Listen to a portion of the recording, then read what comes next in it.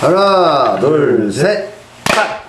자, 시청자 여러분 안녕하십니까? 대한문열 부동산연구소 유튜브 쿠폰하우스, 여러분들께 부동산, 경제, 상식, 뉴스, 재테크를 쿠폰 형태로 나눠드리는 쿠폰하우스 3자 토론 시간입니다. 오늘도 부동산 전문가이신 이태원 교수님 모셨습니다. 안녕하십니까? 자, 최희륜 연구원님 모셨습니다. 안녕하세요. 예, 이 두 분 모시고 오늘도 어김없이 3자 토론을 할 건데요. 요즘 그 전에 이제 뉴스도 많이 이제 보내드리고 토론할 때도 많이 말씀을 드렸는데, 그 전에는 이제 10% 완화 저희가 검토에 대해서 한번 했지 않습니까? 이제 정부가 뭔가 이 완화하려는 조짐을 좀 보이는 것 같다. 대출 규제 10% 완화했던 저번에 얘기 나왔던 거요? 그렇죠, 네. 그렇게 얘기가 나왔는데, 이제 또 오늘 저희가 이제 토론할 내용은요.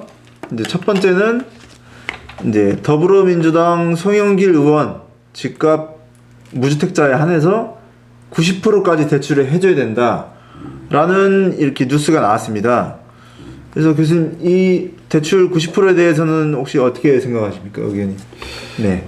그것보다도 요즘 올해 들어서 더불어민주당 국회의원들이 어떤 방송이나 이런 데 나가서 이렇게 말을 막 이렇게 던지는 경향이 많잖아요. 네네. 그 옛날에 또 무슨 의원이야? 그 사람 진두 그 의원은 네.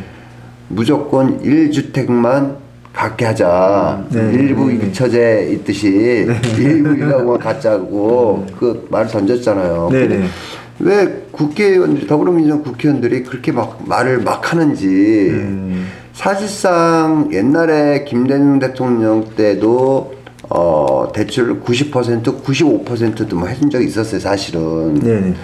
그때는 집값이 폭락하니까, 폭락하고 IMF 끝나고 나서 경제 너무 안 좋고 집값이 폭락하고 그러니까 좀 경제를 살리는 측면에서 김대중 대통령 때 대출을 95%까지 해준 적이 있었다.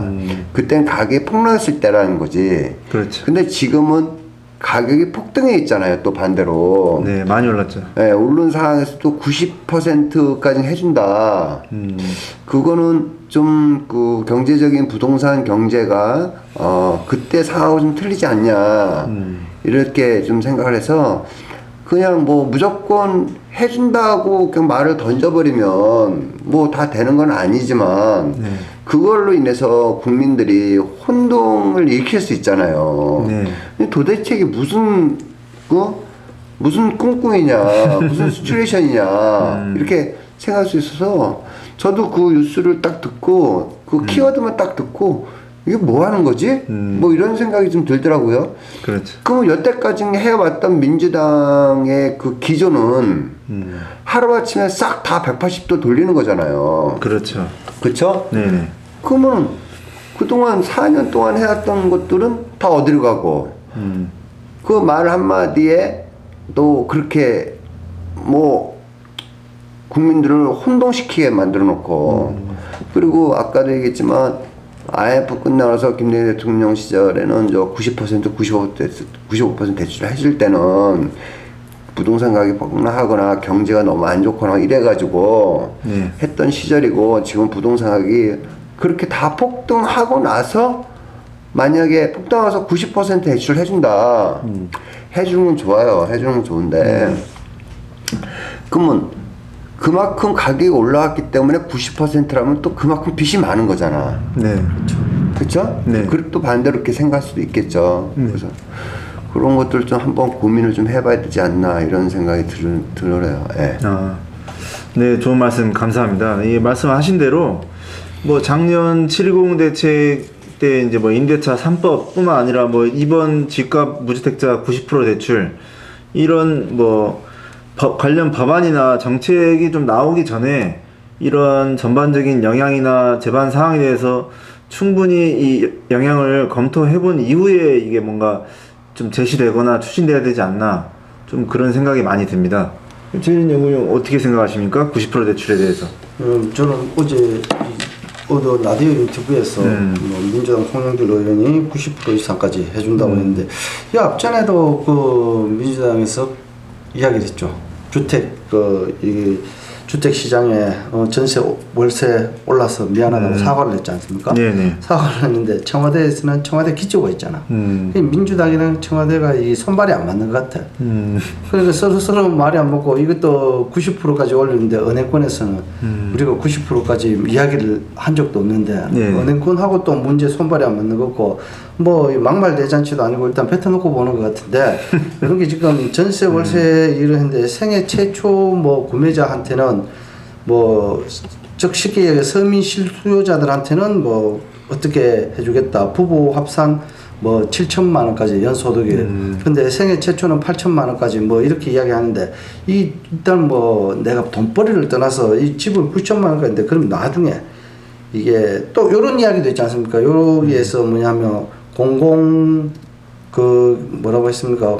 그 공유 네. 네. 네, 그런 이야기도 했는데 이것 또한 이제 뭐 집값이 올랐을 때는 같이 나눠 가질 수 있는 문제고 집값이 내렸을 때는 어떻게 뭐 나눠 가질 수 있는지 없는지 그런 것도 일단 제가 봤을 적에는 이거 같은 경우에는 일관성도 없고 부동산 정책을 펼치는데 뭐 LTV, DTI 이런 규제를 무조건 완화해 준다는 게 아니고 예전보다는 올랐는 거에 비해서 지금 내려가니까 정상적으로 내려가는 게 뭐 완화가 아니고 정상적으로 가는 그런 추세라고 보시면 되는데 이 너무 LTV, DTI 이거 90%까지 해준다는 게 사실상 이게 안 맞을 것 같습니다. 은행 측이나 뭐 이런 측하고 이야기도 안 된 거 있고 이러니까 오늘 한번 깊이 또 생각을 한번 해봐야 될 것 같습니다. 지금 청와대하고 또 당하고의 의견이 틀린 것처럼 또 요번에 그 공시가격 있잖아요. 공시가격도 제주도의 원희룡 도지사는 뭐 서초구의 뭐 그 구청장이나 뭐 공시가격이 잘못됐다 막 얘기를 했잖아요. 국토교통부에서는 뭐 정당하게 제대로 했다 이렇게 또 답변을 하고 했는데 사실 그리고 요번에 오세훈 시장이 또 공시가격을 재조정을 해보겠다 그런 얘기 있잖아요. 그러면 자 LTV DTI 좋다. 그러면 지금 실거래가의 부동산 원하고 KB 시세가 또 틀려요. 그렇죠. 네. 그러면 공시가 다 틀리고 KB 시세 틀리고 부동산 원 틀리고 그다음에 경실련에서 얘기하는 부동산 폭등 퍼센트랑 또 여당에서 말하는 부동산 가격 폭등 퍼센트랑 지금의 집은 하나인데 가격은 전부 대여섯 가지야. 맞습니다. 집은 하나인데 뭐 이렇듯 저렇듯 그런 상황에서 어느 기준으로 90%를 또 해주겠냐. 네, 맞습니다. 네. 그렇죠? 네네. 뭐 그래서 그런 것들도 여러 가지 있지 않냐. 그래서 뭐든지 좀 정립이 된 다음에 어느 정도 그 자리가 잡힌 다음에 90%, 60%, 70% 돼야 되는 거고 또 하나는 우리가 뭐 계속 겪어오는 일이지만 정책이라는 게 좀 일관성이 있어야 되지 않냐. 그렇죠. 네. 아까 최일훈 연구원이 말한 것처럼 뭐 막말 대잔치도 아니고 네? 무슨 뭐 이 어떤 개념 없이 이렇게 지금의 25번 정책도 어떤 시기자나 이런 조절도 없이 그냥 마구 그냥 던진 정책까지 다 나오지 않았냐. 네. 그런데 또 저번에도 얘기한 것처럼 뭐 어느 국회의원이 또 하나가 일부 2001처럼 1주택 1가구만 가져야 된다. 그런 정책 하겠다. 그것도 사실 막말했는데 쏙 또 들어가 버렸잖아. 일단 던지고 보자. 그리고 이번에도 서울이나 부산에서 보궐선거를 해가지고 민주당이 완패되는 바람에 깜짝 놀래가지고 또 이 말을 그냥 막말 던지는 거 아니냐. 참나 저도 지금 부동산을 한 지 20년이 넘었지만 아니 처음 봤어. 그리고 우리나라뿐만 아니라 전 세계 사람들도 우리 정책을 처음 봤다고 하는 사람들이 많아요. 도대체 알 수 없는 대한민국의 부동산 정책. 지금의 한쪽에서는 또 그러잖아요. 가계부채가 심각하다. 우리나라 가계부채가 굉장히 다른 나라 비중에서 OECD국가 비해서 좀 높은 편이에요. 그럼 한쪽에서는 가계부채 걱정하고 또 한쪽에서는 그 가계부채가 너무 많다 보니까 금리 인상도 못하겠다고 하고 그러는 와중에 또 대출은 90% 해준대. 예? 뭐 5강을 거꾸로 뒤집어 놓고 오줌을 누겠다는 소리냐고 이게. 예? 네, 맞습니다. 네, 좋은 말씀 감사합니다. 그 예전에 교수님께서 해주신 말씀 중에 이런 게 있었습니다. 그러니까 지방에 있는 1억짜리 아파트 27을 가진 사람은 20억이지 않습니까? 단순 계산으로. 근데 서울에 있는 전세 사는 사람, 그러니까 20억의 전세를 사는 사람은 무주택자인데 지방에 있는 그 1억짜리 20채 가진 사람은 분양 당첨이 안 되고 전세 20억 사는 무주택자는 또 당첨이 되고 이런 뭔가 불균형이 있지 않습니까?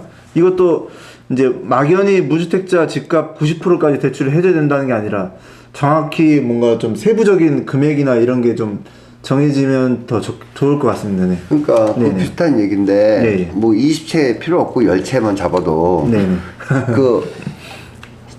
그 지금의 2억짜리 집을 10채 갖고 있는 사람은 네. 정부에서 봐서는 죽일 놈이지. 죽일 놈. 네. 근데 서울에 이번 그 대책에서 그 서울 강남에 이번에 부동산 가격 하나가 80억에 거래됐어요. 네? 네네. 압구정, 현대. 80억. 네네. 80억 거래됐는데 그러면 그 20억짜리의 전세 사는 사람은 무주택자야. 그렇죠. 그리고 지방에 2억짜리 집을 10개 갖고 있는 사람은 죽일 놈이고 네, 다주택자네. 다주택자. 네. 그런데 그러면 10채를 갖고 있는 사람 2억짜리 10채 갖고 있는 사람은 주택이 대출이 안 나온다. 네. 20억짜리 전세 사는 사람은 대출해준다 90%. 이게 뭐 어떻게 하라는 얘기야 도대체? 예? 그러니까 지금 아까 최일은 연구원 말대로 막말 대잔치를 네. 이 대단 그 잔치가 너무 크게 벌리는 것 같아요. 대잔치네요. 네. 그래서 또 연합뉴스 내용을 또 이렇게 살펴보면요. 이런 말이 있습니다. 지금의 부동산 대책은 집값을 올려서 국가와 집주인이 나눠 먹는 공범자. 상승분을 세입자와 집주인이 나눠 갖자는 사회적 이익 공유 시스템을 만들었다 하면서 10%만 있으면 분양 가격으로 언제든지 자기 집을 살 수 있는 시대를 만들겠다라고 이제 얘기를 했습니다. 이 부분은 어떻게 생각하십니까? 그 얘기 또 누가 했어? 아까 그 양반이 했어? 그렇죠. 송영길 국회의원이? 예. 그 양반 참 대단한 양반이야. 국회의원 할 만하구만. 근데